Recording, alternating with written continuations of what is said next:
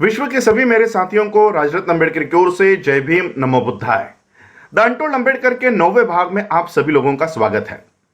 इस भाग को शुरुआत करने से पहले मैं कुछ स्टेटमेंट्स मोहन भागवत की और आरएसएस की पाश्चजन्य की स्टेटमेंट्स आपको बताना चाहता हूं। मोहन भागवत एक कार्यक्रम में कह रहे थे कि डॉक्टर बाबा साहब अंबेडकर और आरएसएस के संस्थापक केबी हेगड़ेवार, केशव बलिराम हेगड़ेवार, ये शरीर से अलग अलग थे लेकिन आत्मा एक ही था। पाश्चजन्य की मैगजीन कहती है कि बाबा साहब अंबेडकर आरएसएस के कैंप में आकर बैठा करते थे और आरएसएस का गुणगान गाते थे। तो चलिए आज आरएसएस के बारे में जानते हैं। आरएसएस के बारे में जानना है तो आपको पहले कांग्रेस के बारे में जानना होगा। कांग्रेस की स्थापना हुई 1884 में। कांग्रेस की स्थापना की चैटर्जी, बैनर्जी, मुखर्जी, एनी बेसेंट, तिलक, आगरकर, सावरकर, इन सभी ब्राह्मणों ने मिलकर और एक अंग्रेज ने मिलकर इस कांग्रेस की स्थापना की। यह कांग्रेस उस समय सिर्फ ब्राह्मणों का संगठन हुआ करता था, इसलिए इसको बहुजनों का फेस देने के लिए सबसे पहले ज्योतिराव फुले इनको अप्रोच किया गया, इनके पास जाया गया और उनको विनती की गई कि आप हमारे इस कांग्रेस में आइए। ज्योतिराव फुले इन्होंने कहा कि आपका ये जो पक्ष है, आपका ये जो संगठन है, ये ब्राह्मणों का संगठन है और मैं इसमें नहीं आऊंगा। इसके बाद छत्रपति शाहू महाराज जी को कांग्रेस में लाने की बहुत तैयारी इन लोगों ने की।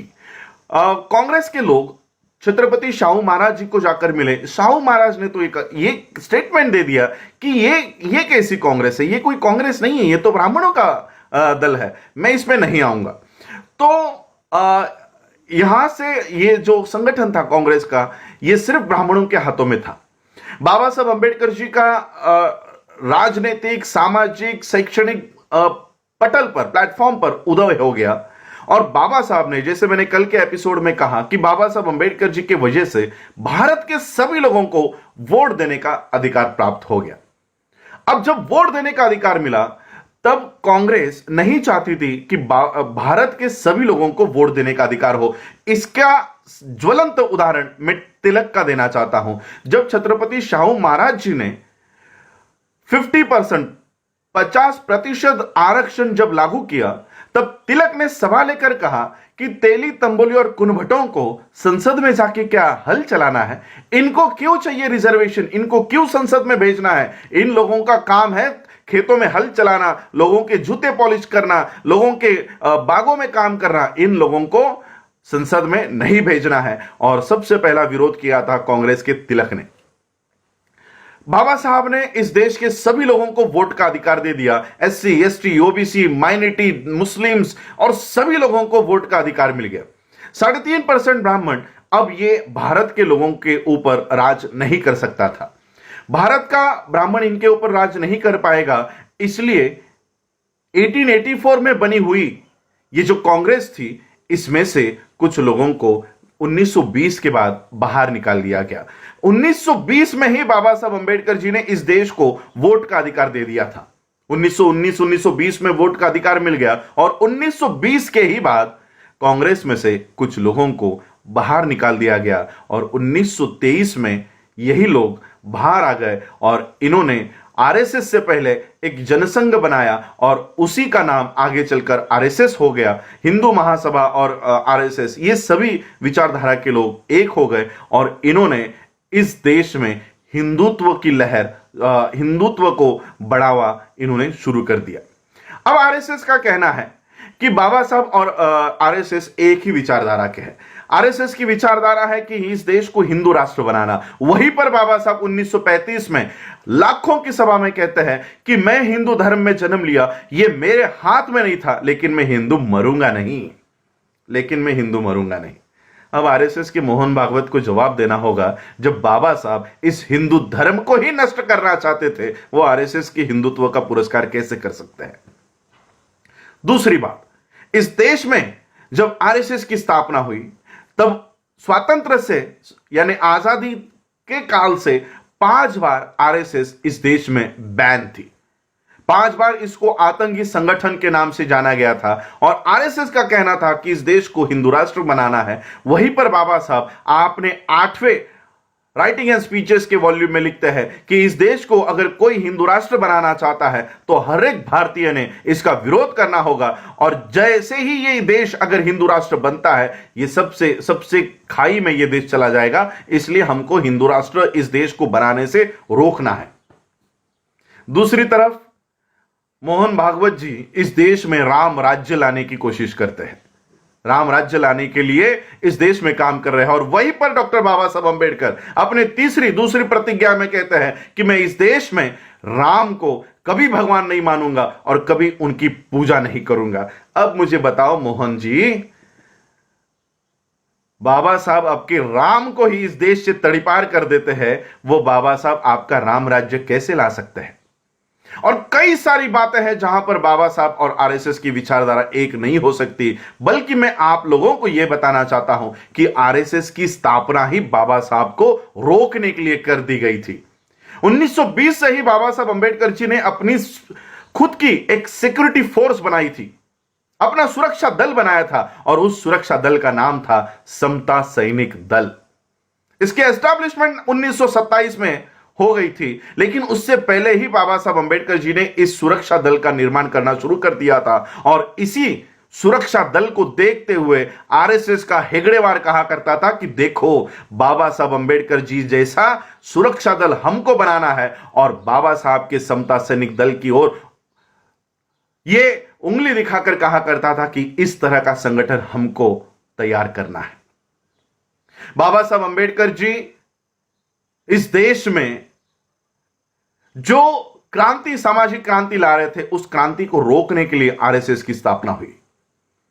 यहां तक कि बाबा साहब ने जो संविधान इस देश को निर्माण करके दिया, दूसरे दिन 26 जनवरी 1950 के दूसरे ही दिन यानी 27 जनवरी को दिल्ली में आरएसएस ने संविधान की प्रतों को जलाया।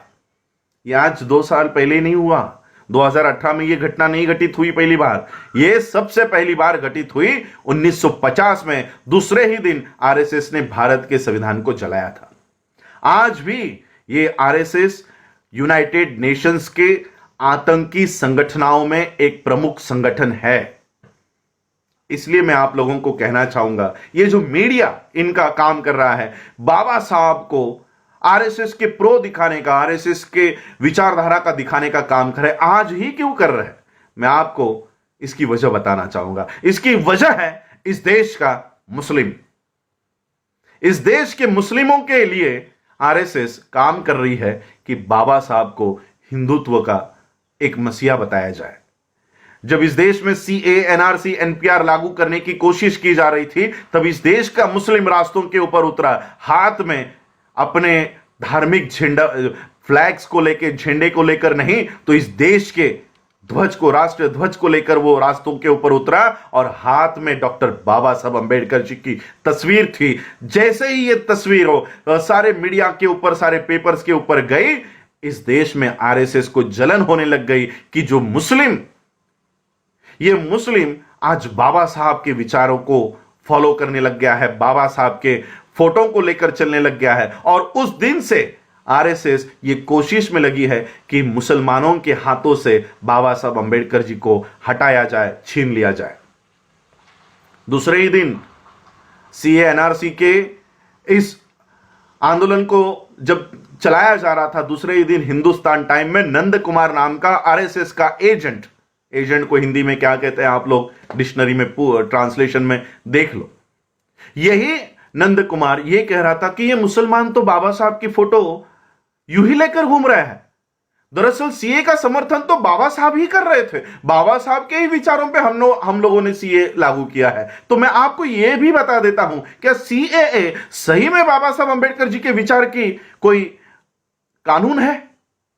अगर बाबा साहब अंबेडकर जी के विचारों का कानून सीएए होता तो बाबा साहब संविधान में आर्टिकल 14 में यह नहीं लिखते कि इस देश में न्याय देते समय किसी की जाति, किसी का धर्म नहीं देखा जाएगा। इस देश में धर्म निरपेक्षता होगी, किसी की जाति, किसी का धर्म देखकर इस देश में कानून नहीं बनाया जाएगा। और ये एक ही आर्टिकल इस देश में नहीं, पूरे विश्व में ये प्रचलित किया जा रहा है कि इस कानून के होते हुए, इस आर्टिकल के होते हुए सीएए ये भारत में लागू नहीं हो सकता।